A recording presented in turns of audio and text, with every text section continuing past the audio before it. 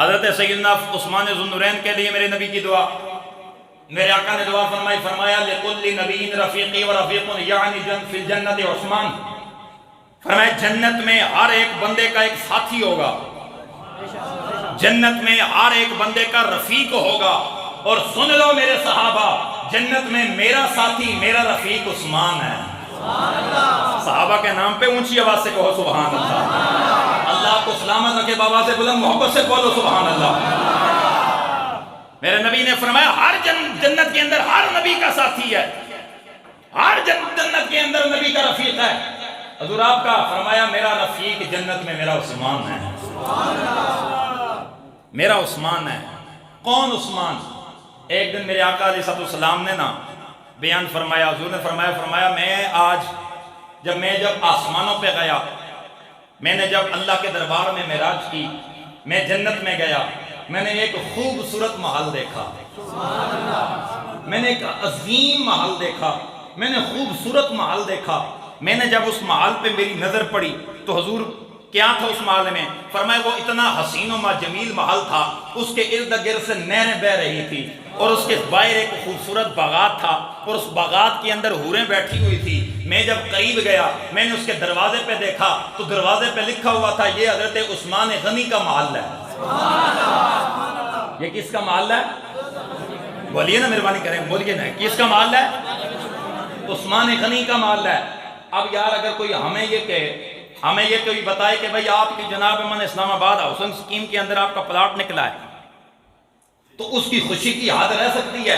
وہ تو جناب آپ سے باہر ہو جاتا ہے، یار میرا پلاٹ نکلا ہے۔ حضرت عثمان کو فرمایا جنت میں تیرا مال دیکھا ہے۔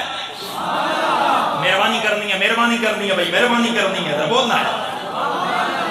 حضرت سیدنا عثمان ذو النورین، میرے نبی نے جب یہ فرمایا عثمان میں نے جنت میں مال دیکھا ہے، میں نے جنت میں تیرا مال دیکھا ہے، میں نے باہر سین کے اندر ہوئے بیٹھی ہوئی دیکھی ہیں، یا رسول اللہ وہ مال کیسا ہے؟ میرے آقا نے فرمایا 600 میل پر ایک کمرہ، 600 میل پر ایک کمرہ۔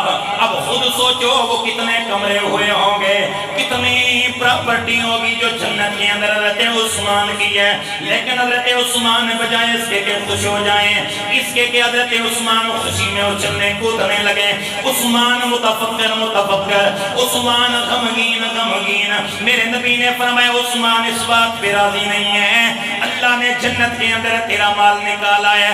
عرض کرنے لگے یا رسول اللہ اس بات میں بڑا خوش ہوں کہ جنت کے اندر میرا مال نکلا ہے، لیکن ایک عرض کرنی باقی ہے، ایک چھوٹی سی گزارش کرنی ہے۔ میرے نبی نے فرمایا عثمان بول۔ عرض کرنے لگے یا رسول اللہ اتنا بتائیے جنت کے اندر جو میرا مال ہے آپ کے محل سے دور تو نہیں ہے؟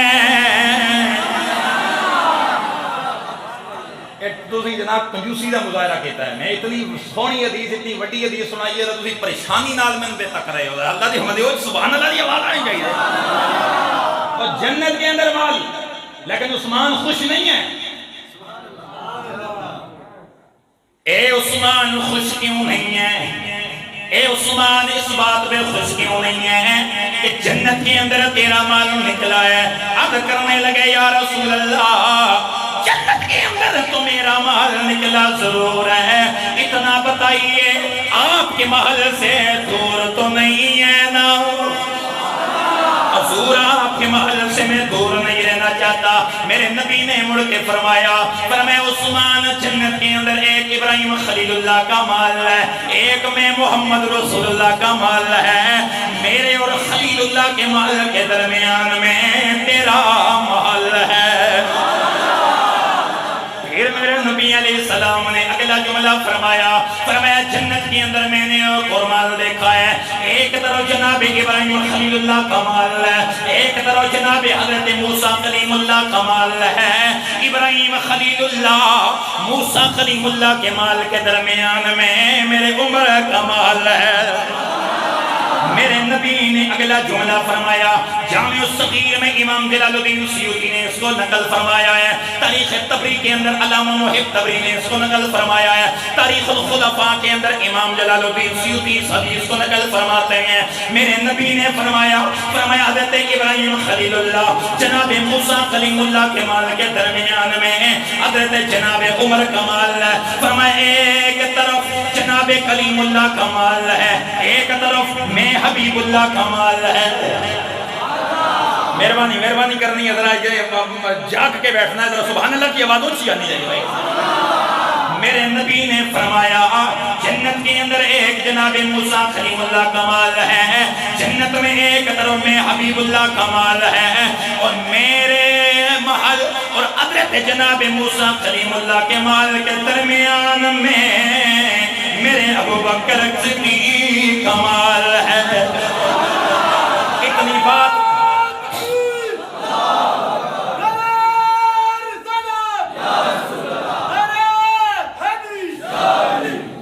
اتنی بات کر کے میرے آقا خاموش ہو گئے۔ توجہ ہے نا بھائی، اتنی بات کر کے میرے آقا خاموش ہو گئے۔ میرے نبی نے جناب صدیق کا محل بھی بتایا، میرے آقا نے جناب عمر کا محل بھی بتایا، میرے آقا نے حضرت عثمان ذوالنورین کا محل بھی بتایا، لیکن میرے آقا آگے خاموش ہو گئے۔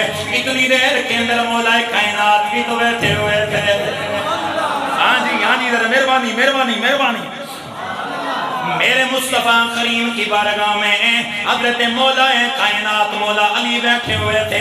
حضرت مولا علی تو ساموں کے آگے اٹھ کے کھڑے ہو گئے تاکہ آقا کو میں نظر آ جاؤں، تاکہ سرکار مجھے بھی دیکھ لیں اور حضور میرے بارے میں بھی کچھ ارشاد فرمائیں، لیکن میرے آقا خاموش ہیں۔ حضرت مولا علی قریب آئے، یا رسول اللہ جنت کے اندر آپ نے صدیق کمال بھی دیکھا ہے، جنت میں آپ نے عمر کمال بھی دیکھا ہے، جنت میں آپ نے عثمان کمال بھی دیکھا ہے، تو سونیا میرا محل کتے گیا؟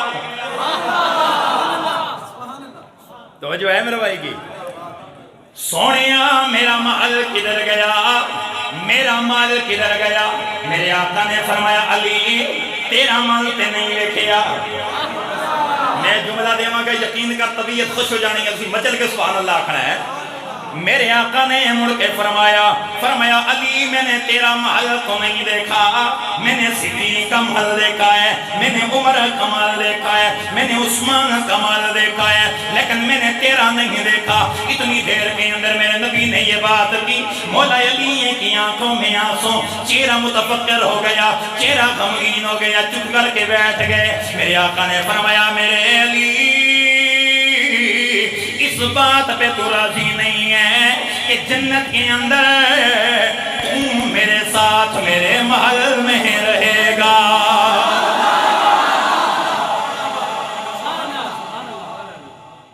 سمجھ آئیے کوئی نہیں آیا؟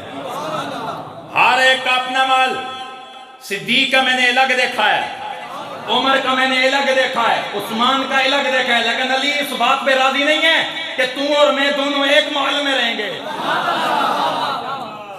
تو اور میں ایک محل میں رہیں گے۔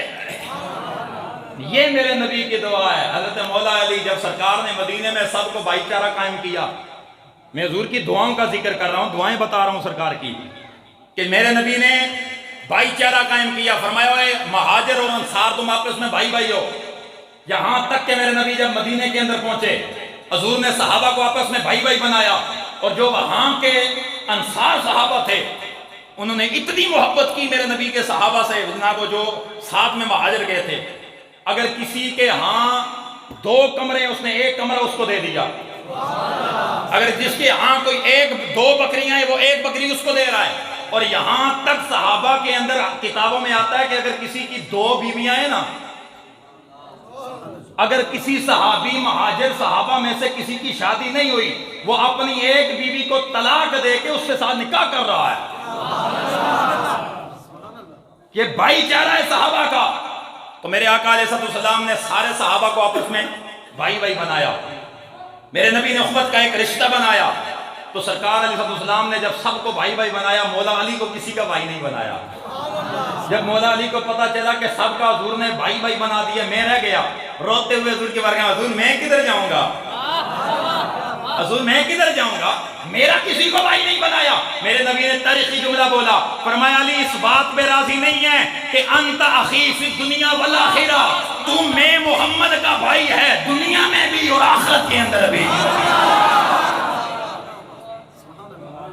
تو دنیا میں بھی میرا بھائی ہے، آخرت میں بھی میرا بھائی ہے۔